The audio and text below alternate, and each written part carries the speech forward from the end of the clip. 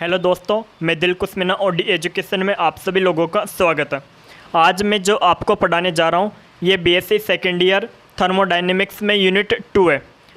Unit 2, ठीक है, ऊष्मागतिकी का द्वितीय भाग।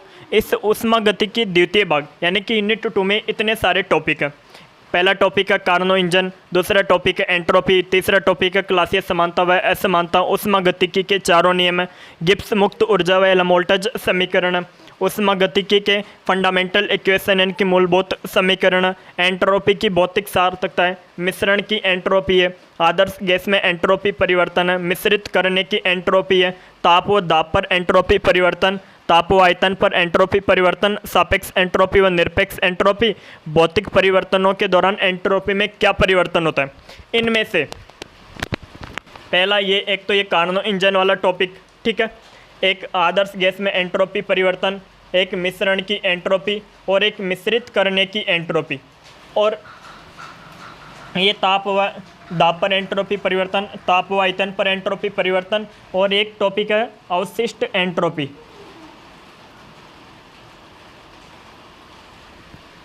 ना अवशिष्ट एंट्रोपी। तो ये चैप्टर, ये पूरे टॉपिक में आप सभी लोगों को कंप्लीट करवाने वाला हूँ। ये पूरे के पूरे टॉपिक में आप सभी लोगों को कंप्लीट करवाऊंगा, ठीक है। तो कार्नो इंजन मैंने पढ़ा दिया था पिछले वाली वीडियो में, कार्नो इंजन आपको मिल जाएगा। आज अपन एंट्रोपी से शुरू करते हैं। एंट्रोपी क्या होती है? एंट्रोपी का मतलब है अव्यवस्था। एंट्रोपी को एस सिंबल से दिखाते हैं, एस से एंट्रोपी को दिखाते हैं, ठीक है। एंट्रोपी का मतलब होता है एक तरीके से अव्यवस्था। अव्यवस्था का मान जितना अधिक होगा एंट्रोपी का मान उतना ही अधिक होगा। अव्यवस्था जितनी कम होगी एंट्रोपी उतनी ही कम होगी। तो अपने पास पदार्थ की तीन अवस्था होती है, एक होती है ठोस, एक होती है द्रव और एक होती है गैस। हालांकि वर्तमान में पदार्थ की 5 अवस्थाएं, ठोस, द्रव, गैस, एक यानी कि प्लाज्मा अवस्था, एक है बॉस आइंस्टीन अवस्था, लेकिन उनसे अपना कोई मतलब नहीं। अपना जो टॉपिक है उस पर ध्यान दो। ठोस में यानी कि गैस के अणु निकट निकट होते हैं, ठीक है। ठोस पदार्थों में अणु यानी कि बहुत पास पास होते हैं, तो इसमें एंट्रोपी का मान बहुत कम होता है। गैस में अणु थोड़े दूर दूर होते हैं, तो इसके लिए एंट्रोपी का मान और ज़्यादा होता है। और द्रव में एंट्रोपी का मान ठोस की तुलना में ज़्यादा होता है, और गैस के अणु दूर दूर होते हैं, दूर दूर फैले रहते हैं। इस कारण गैस के लिए एंट्रोपी का मान सबसे अधिक होता है, ठीक है। एंट्रोपी। अब सेकंड टॉपिक क्लासीय समानता व असमानता। तो एक सूत्र होता है ऊष्मागतिकी का द्वितीय नियम और ऊष्मागतिकी का प्रथम नियम। ऊष्मागतिकी का प्रथम नियम क्या कहता है कि किसी पदार्थ को दी गई ऊष्मा आंतरिक ऊर्जा में परिवर्तन एवं उस पदार्थ के द्वारा किए गए कार्य के बराबर होती है। और ऊष्मागतिकी का द्वितीय नियम होता है ds बराबर TdS बराबर होता है dq। ये होता है TdS बराबर dq। अब इसको अपन इस तरीके से लिख सकते हैं ds बराबर यानी dq अपॉन t, इस तरीके से लिख सकते हैं। यहाँ पे dq की जगह dq रिवर्सिबल लूँगा उत्क्रमणीय प्रक्रम के लिए। ये तो है क्लासीय समानता, ठीक है। यदि मैं यहाँ पर ग्रेटर देन का चिन्ह लगा दूंगा, ds is greater than equal dq reversible upon t, तो ये है क्लासीय असमानता, ठीक है। तीसरा जो अपना टॉपिक, चौथा अपना टॉपिक है ऊष्मागतिकी के चारों नियम। तो आप लोग मेरे साथ ऊष्मागतिकी के चारों नियमों को याद करें। ऊष्मागतिकी का शून्यांकी नियम, यदि दो निकाय अलग अलग आपस में साम्य की अवस्था में हैं तो वह तीसरे निकाय के साथ भी साम्य की अवस्था में होते हैं। दोबारा से, यदि दो निकाय आपस में साम्य में हैं तो वह तीसरे निकाय के साथ भी साम्य अवस्था में होते हैं। यह है ऊष्मागतिकी का शून्यांकी नियम। ऊष्मागतिकी का प्रथम नियम क्या कहता है न, किसी पदार्थ को दी गई ऊष्मा उस पदार्थ की आंतरिक ऊर्जा एवं उस पदार्थ के द्वारा किए गए कार्य के बराबर होती है, ठीक है। फिर आता है ऊष्मागतिकी का द्वितीय नियम कहता है कि ब्रह्मांड की एंट्रोपी लगातार बढ़ रही है। ब्रह्मांड की एंट्रोपी में स्वतः प्रक्रम, एंट्रोपी का बढ़ना एक स्वतः प्रक्रम है, ठीक है। और जितने के जितने स्वतः प्रक्रम होते हैं वो अनुत्क्रमणीय होते हैं। कैसे होते हैं? अनुत्क्रमणीय होते हैं।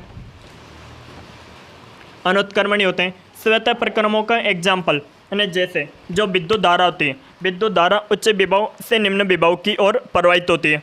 ठीक है, जो ऊष्मा का प्रवाह उच्च ताप से निम्न ताप की ओर होता है। ठीक है, और जल का उच्च तल से निम्न तल की ओर प्रवाह होना। ठीक है, अब यहाँ पे ऊष्मागतिकी के द्वितीय नियम में केल्विन और क्लासियस नाम के वैज्ञानिक ने दो डेफिनेशन दिए। एक तो केल्विन और क्लासियस, दो वैज्ञानिकों ने अलग अलग डेफिनेशन दी। क्या क्या डेफिनेशन दिए?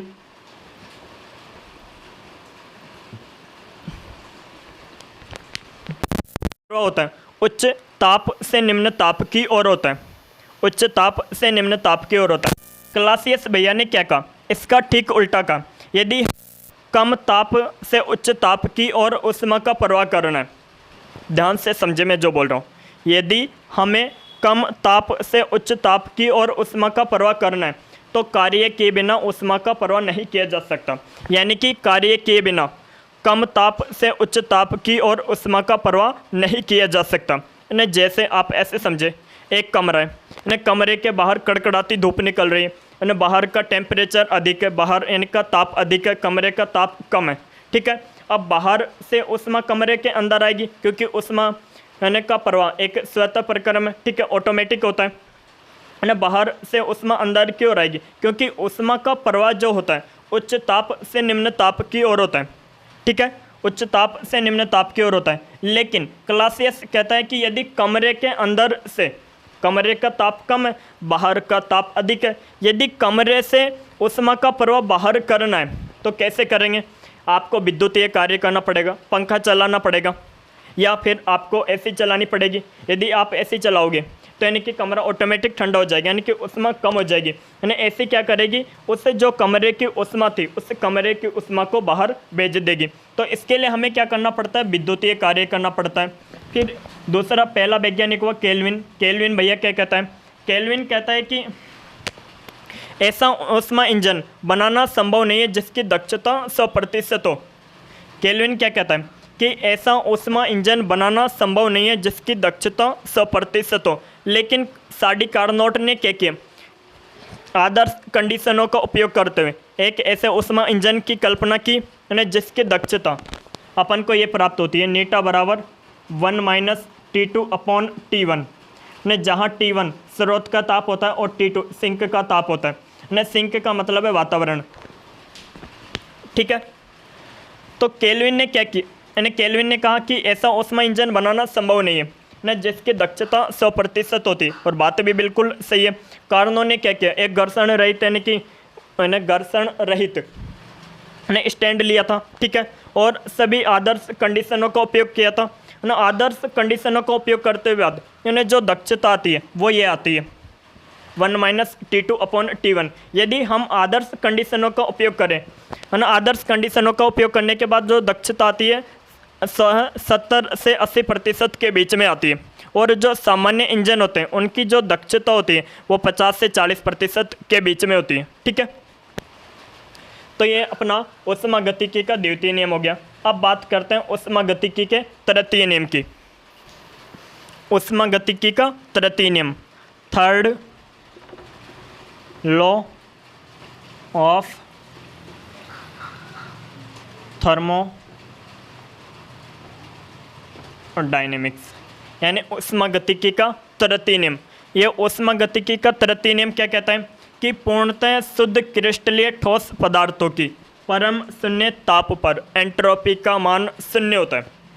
मेरे साथ बोले, पूर्णतः शुद्ध क्रिस्टलीय ठोस पदार्थों की परम शून्य ताप पर एंट्रोपी का मान शून्य होता है।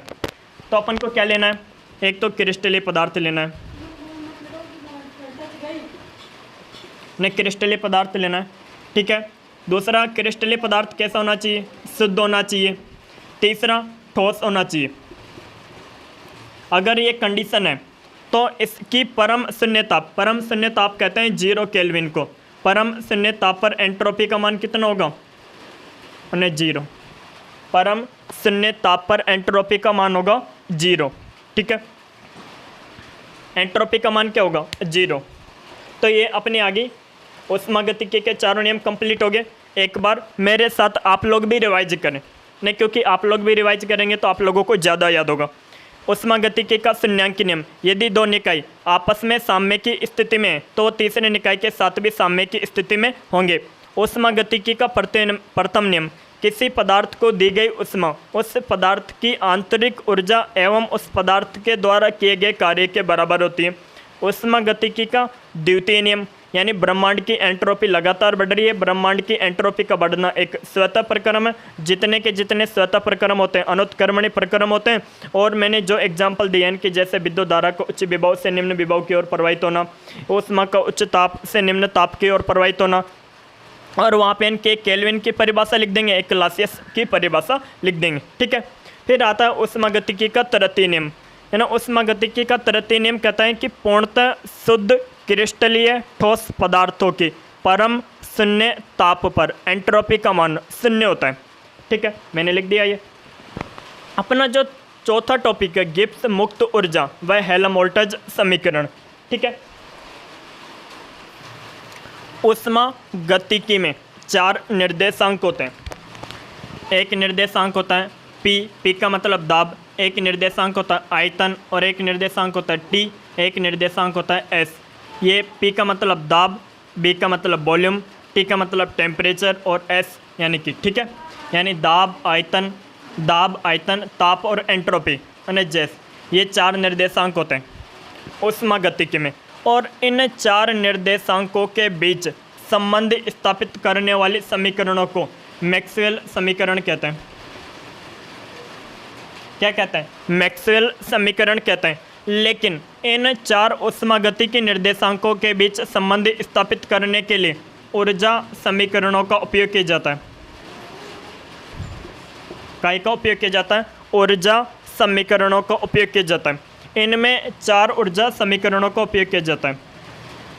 पहली है आंतरिक ऊर्जा। क्या है? आंतरिक ऊर्जा। तो डी यू बराबर है कि D Q minus P D V, आंतरिक ऊर्जा। दूसरी है एंथैल्पी, एच बराबर यू प्लस पी वी। तीसरी है अपने पास हेल्महोल्ट्ज़ ऊर्जा, ए बराबर यू माइनस टी एस। और चौथी है गिब्स मुक्त ऊर्जा, यानी कि जी बराबर या डेल्टा जी बराबर delta H minus T delta S.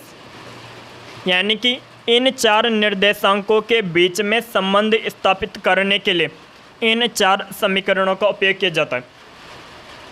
मेरे पास क्या ट्रिक है? उफ हाई जी जी, उफ हाई जी जी। यदि मैक्सवेल की प्रथम समीकरण काम में लोगे तो यानी कि आंतरिक ऊर्जा का उपयोग करो। यदि मैक्सवेल की द्वितीय समीकरण लाना है तो यानी कि एफ, यानी एफ का मतलब है यानी कि फिजिक्स में हेल्महोल्ट्ज़ ऊर्जा, जबकि यानी केमिस्ट्री में उसे ए से रिप्रेजेंट करते हैं। तो हेल्महोल्ट्ज़ ऊर्जा का उपयोग करो। यदि आपको मैक्सवेल की तृतीय समीकरण लानी है तो एच का उपयोग करो। नहीं, यदि आपको मैक्सवेल की चतुर्थ समीकरण लानी है तो गिब्स मुक्त ऊर्जा का उपयोग करो। ये ट्रिक है। ठीक है, अब अपन को क्या ने गिब्स मुक्त ऊर्जा व हेल्महोल्ट्ज़ समीकरण। ठीक है, ठीक है, तो अपन को क्या निकालना है? गिब्स मुक्त ऊर्जा व हेल्महोल्ट्ज़ समीकरण। तो अपने पास क्लासियस असमानता को काम में लेंगे। D S is greater then D Q reversible upon T. ठीक है, लिख दिया मैंने। अब इस टी को इधर गुणा किया, T D S is greater than equal D Q reversible. होता है नहीं होता? होता है। और यानी कि उष्मागतिकी के प्रथम नियम से डी क्यू बराबर D U plus P D V होता है। होता है या नहीं होता? होता है। ठीक है, इस डी यू को इधर ला रहा हूँ तो माइनस का हो जाएगा, माइनस का D U plus T D S is greater than equal P D V. और पी डी वी किसके बराबर होता है? अनेक कार्य के बराबर होता है। अनेक किसके बराबर होता है? अनेक कार्य के बराबर होता है। तो इसको डेल डब्लू लिख देता हूँ। मैंने क्या लिख दिया? Del W. अब अपन को पहली तो लानी है गिब्स मुक्त ऊर्जा। क्या लानी है? गिब्स मुक्त ऊर्जा। अब आपको गिब्स मुक्त ऊर्जा का फॉर्मूला याद होना चाहिए। जी बराबर एच माइनस टी एस, ये फॉर्मूला आपको याद होना चाहिए। ठीक है, अब मैं बात कर रहा हूँ समान ताप एवं दाब पर। किस पर? समान ताप एवं दाब पर। न समान ताप एवं दाब पर। तो आदर्श गैस समीकरण का उपयोग करो, PV बराबर nRT, ठीक है। दोनों तरफ आंशिक दोनों तरफ अवकलन करने पर dPV बराबर d nRT होता है, नहीं होता? होता है। अब यहाँ पे n क्या है? मोलों की संख्या, r क्या है? गैस नियतांक, और टेम्परेचर को क्या माना? समान ताप यानी कि कांस्टेंट यानी कि नियत मान लिया। तो ये सभी के सभी कैसे हैं? नियत, और नियत का अवकलन क्या होता है? 0। तो d न PV इज इक्वल टू आ गया 0, ठीक है। अब ध्यान से सुनना, ये जो इसको नाम दे दो समीकरण 1 और इसको नाम दे दिया मैंने समीकरण 2। अब मैं क्या कर रहा हूँ? ध्यान से सुनना, माइनस du मैं 0 घटा रहा हूँ। यदि आप 100 में से 0 को घटाओगे तो क्या कोई फ़र्क पड़ेगा? कि 100 रुपये में से आप 0 रुपये को घटाओगे तो 100 के 100 रुपये प्राप्त होंगे, कोई फ़र्क नहीं पड़ रहा। तो माइनस du में से 0 को घटाऊंगा तो क्या फ़र्क पड़ेगा? नहीं पड़ेगा। तो यहाँ पे लिख रहा हूँ प्लस TDS डेल W। अब समीकरण 2 का उपयोग करो, 0 किसके बराबर है? dPV के बराबर। तो माइनस du माइनस d न PV प्लस न TDS is greater than equal del W न इसके बराबर, ठीक है। अब यहाँ से मैं क्या कर रहा हूँ? न d कॉमन ले रहा हूँ, माइनस का d कॉमन ले लिया मैंने। तो u प्लस PV माइनस अपन का क्या प्राप्त हो गया? TS del W। क्योंकि यहाँ पे देखो यानी कि T कैसा है? समान, न समान ताप के लिए अपन बात करें तो अपन को ये 4 इक्वेशन प्राप्त हो गए न, ठीक है। अब यहाँ पे लिख रहा हूँ मैं, देखो माइनस d। अब ध्यान से ना, u प्लस PV किसके बराबर होता है? H के बराबर होता है न, एंथैल्पी बराबर होता है u प्लस PV। तो यहाँ पे लिख दिया मैंने H, यहाँ पे क्या है न H, और यहाँ पे क्या है? माइनस TS बराबर is greater than del W। अब मैंने ऊपर लिखा है आपको G बराबर H माइनस TS होता है, तो यहाँ पे क्या आ गया? हमने G is greater than del W। तो हम क्या कह सकते हैं? समान ताप एवं दाब पर, समान ताप एवं दाब पर गिब्स मुक्त ऊर्जा में कमी, समान ताप एवं दाब पर गिब्स मुक्त ऊर्जा में कमी, गिब्स मुक्त ऊर्जा में कमी ने किए गए अधिकतम कार्य के बराबर या इससे अधिक प्राप्त होती है, ठीक है। सेकंड निकालेंगे ऐसे कैसे? हेल्महोल्ट्ज़ समीकरण ने क्या निकालेंगे? हेल्महोल्ट्ज़ समीकरण। तो यहाँ तक तो अपन को कोई चेंज ही नहीं करना, इस जगह तक तो अपन को कोई चेंज नहीं करना, सिर्फ नीचे का चेंज करना है। तो ध्यान से देखते चलें, यहाँ तक तो सेम का सेम लिख देंगे, लिख दिया सेम का सेम। अब मुझे हेल्महोल्ट्ज़ समीकरण की इक्वेशन या पता होना चाहिए, क्योंकि इक्वेशन पता हुए बिना आप कुछ नहीं कर सकते इसमें। तो ये A बराबर होता है U माइनस TS, A बराबर क्या होता है? U माइनस TS, ठीक है। अब मैं यहाँ पे क्या कर रहा हूँ? वहाँ तो मैंने ताप और दाब दोनों को समान किया था, यहाँ पे मैं सिर्फ ताप को समान कर रहा हूँ। समान ताप पर, समान ताप पर यहाँ से मैं D कॉमन ले रहा हूँ, तो यहाँ माइनस का D कॉमन ले, U minus TS is greater than equal del W। ये किसके बराबर? ये देख लो ऊपर न, A के बराबर डेल W। A को क्या कहते हैं? हेल्महोल्ट्ज़ ऊर्जा। तो हम कह सकते हैं समान ताप पर हेल्महोल्ट्ज़ ऊर्जा में कमी, समान ताप पर हेल्महोल्ट्ज़ ऊर्जा में कमी किए गए अधिकतम कार्य के बराबर या इससे अधिक प्राप्त होती है। तो अपने गिब्स मुक्त ऊर्जा में निकल आई और हेल्महोल्ट्ज़ समीकरण में निकल आई। अब निकालेंगे ऊष्मागतिकी के मूलभूत समीकरण, ठीक है।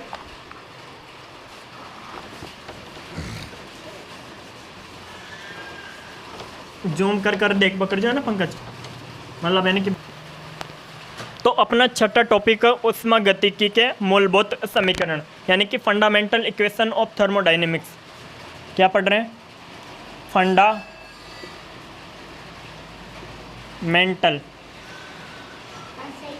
Equation of thermodynamics.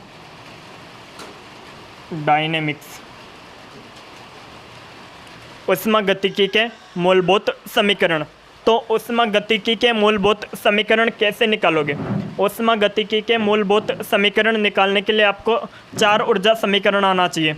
एक तो U बराबर, क्योंकि अपने पास Q बराबर होता है, Q बराबर U प्लस या DQ बराबर होता है ना DU प्लस न PdV। एक तो ये आना चाहिए आपको, ठीक है, DQ बराबर DU प्लस PdV।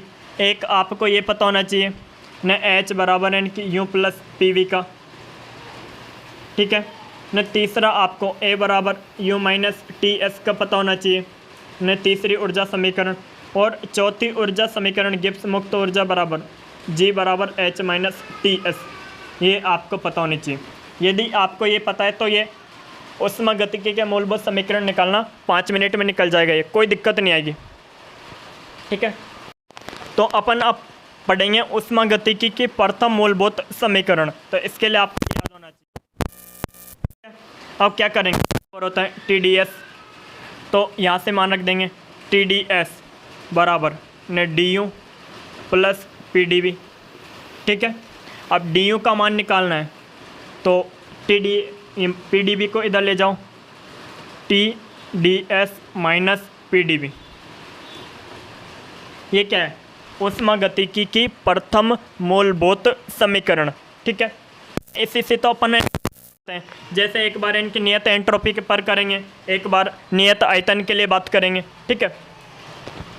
अब बात करें ऊष्मागतिकी की द्वितीय मूलभूत समीकरण, तो कौन सी इक्वेशन काम मिलेंगे? H वाली। तो H बराबर U प्लस PV होता है, दोनों तरफ अवकलन कर दो, DH बराबर न DU प्लस DPV, कर दिया अवकलन।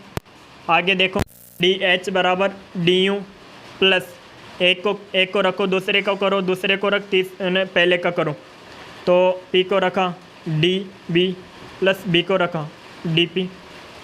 आ गया DU प्लस PdV किसके बराबर होता है? DQ के बराबर होता है न, ऊष्मागतिकी के प्रथम मूलभूत समीकरण से, प्लस BDP।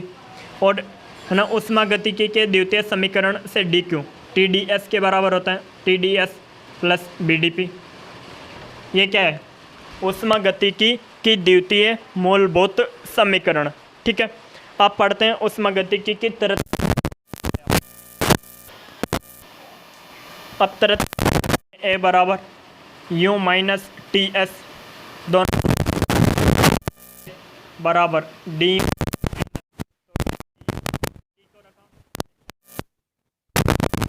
समीकरण से DU का मान रख दो, क्या आ जाएगा?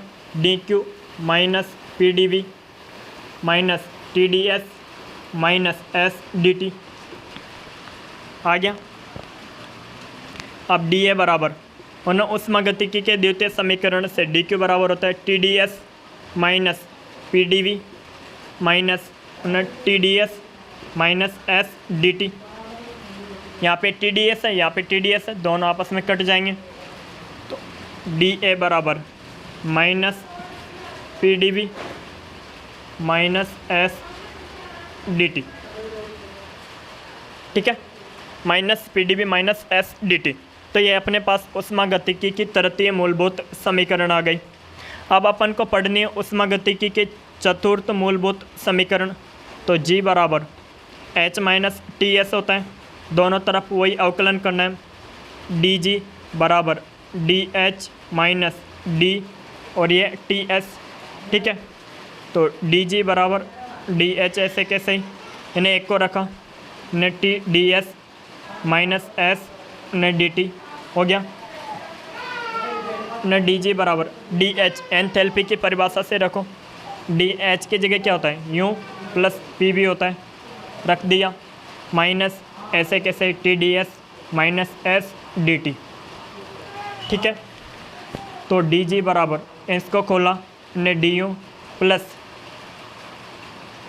ने PdV plus BDP minus TdS minus S ने DT, ने DU प्लस PdV किसके बराबर होता है?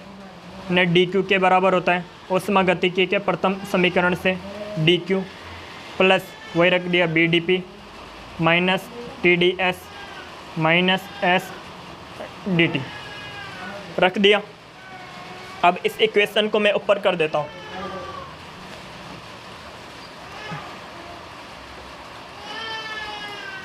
इसको तो dg बराबर dq, dq की जगह क्या आता है, ऊष्मागतिकी के द्वितीय समीकरण से TdS plus BDP minus TdS minus S dt। इस TdS से ये TdS कैंसिल हो गया, तो dg बराबर BDP माइनस S dt आ गया। ये ऊष्मागतिकी की चतुर्थ मूलभूत समीकरण है, ठीक है। तो अपने इनके ऊष्मागतिकी के चारों मूलभूत समीकरण कंप्लीट हो गए। अब इसमें एक और क्वेश्चन पूछा जाता है आपसे, वो ध्यान से सुनें। इक्वेशन याद रखनी पड़ेगी, dg बराबर BDP माइनस S dt, और एक वो dN dA वाली।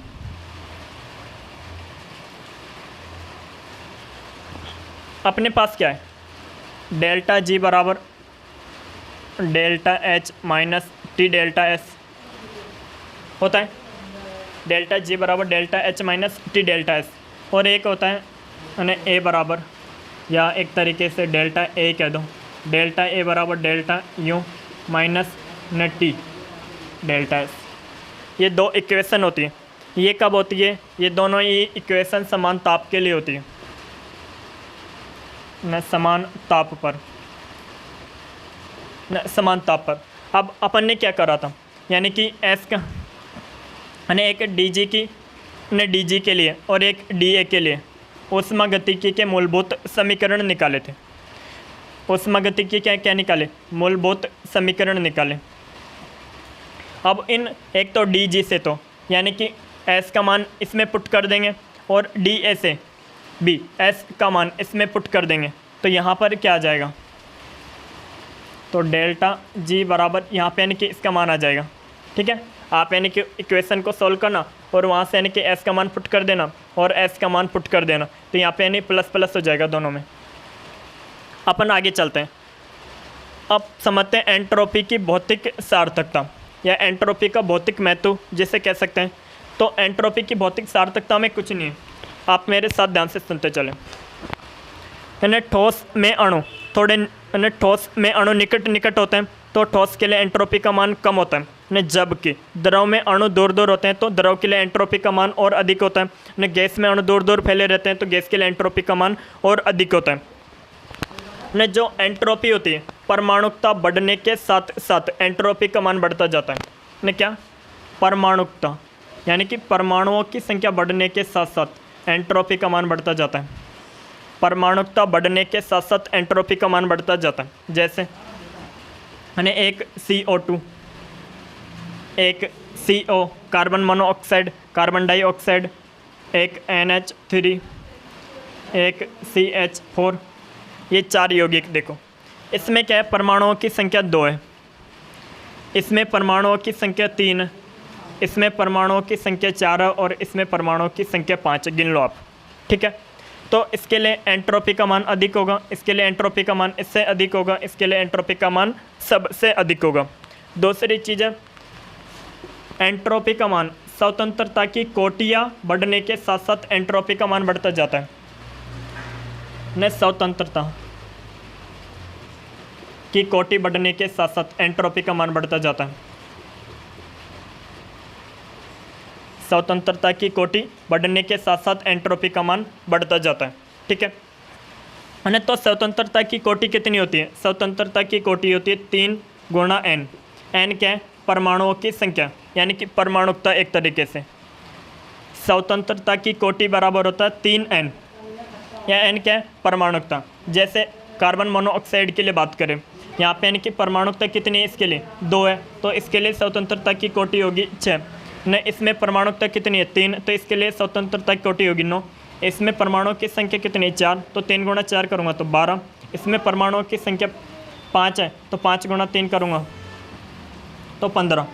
तो स्वतंत्रता की कोटि बढ़ने के साथ साथ एंट्रोपी का मान बढ़ता जाता है। न स्वतंत्रता की कोटि बढ़ने के साथ साथ एंट्रोपी का मान बढ़ता जाता है। दूसरी चीज़, दो गैसों को आपस में मिश्रित करने पर, दो गैसों को आपस में मिश्रित करने पर, जैसे ये कोई एक बंद पात्र है और ये कोई बंद पात्र है, इसमें कोई ये गैस भरी हुई है और इस बंद पात्र में भी गैस भरी हुई, ठीक है। इस बंद पात्र में यानी कि O2 गैस भरी हुई है, इस बंद पात्र में N2 गैस भरी हुई है। इसकी एंट्रोपी है S1, इसकी एंट्रोपी है S2, ठीक है। एंट्रोपी, अब मैंने क्या किया, दोनों पात्रों को यानी कि दोनों गैसों को आपस में मिला दिया, दोनों गैसों को आपस में मिला दिया, तो मिश्रित करने पर एंट्रोपी का मान बढ़ता है। गैसों को आपस में मिश्रित करने पर एंट्रोपी का मान बढ़ता है, ठीक है, एंट्रोपी का मान बढ़ता है। और एक होती है सबसे इम्पोर्टेंट इक्वेशन, ध्यान से सुनना ना, सांख्यिकी और थर्मोडायनेमिक्स। फिजिक्स में जब अपन पढ़ते हैं थर्मोडायनेमिक्स, तो थर्मोडायनेमिक्स के दो भाग होते हैं। एक होती है ना थर्मो, जिसमें UPV ये समीकरण आती है, मैक्सवेल समीकरण वगैरह। एक होती है सांख्यिकी, जिसमें तीन सांख्यिकी आती है, एक मैक्सवेल बोल्ट्जमान सांख्यिकी, एक आती है फर्मी डिराक सांख्यिकी, एक आती है बॉस-आइंस्टीन सांख्यिकी। तो सांख्यिकी और थर्मोडायनेमिक्स के बीच संबंध स्थापित करने वाली समीकरण कौन सी है न, जैसे न चिर सम्मत भौतिकी और क्वांटम भौतिकी के बीच संबंध स्थापित करने वाली समीकरण है एम्फेंटर, यानी कि एम्फेंटर समीकरण आती है फिजिक्स में। ये क्या करती है, चिर सम्मत भौतिकी और क्वांटम भौतिकी को आपस में जोड़ती है। तो मैं आपसे पूछ रहा हूँ कि जो थर्मोडायनेमिक्स है यानी कि ऊष्मागतिकी और सांख्यिकी को जोड़ने वाली इक्वेशन कौन सी है, तो वो इक्वेशन है S बराबर K ln ओमेगा। ये ओमेगा ऊष्मागतिक प्रायिकता है, ये क्या है, ऊष्मागतिक प्रायिकता। ये इक्वेशन न सांख्यिकी और ऊष्मागतिकी को एक दूसरे से जोड़ती है, ठीक है। तो आज अपना कहाँ तक हो गया, 7, बाकी कल 7 कंप्लीट करवा दूंगा, ठीक है। आज के लिए इतना ही काफ़ी, 8 तक।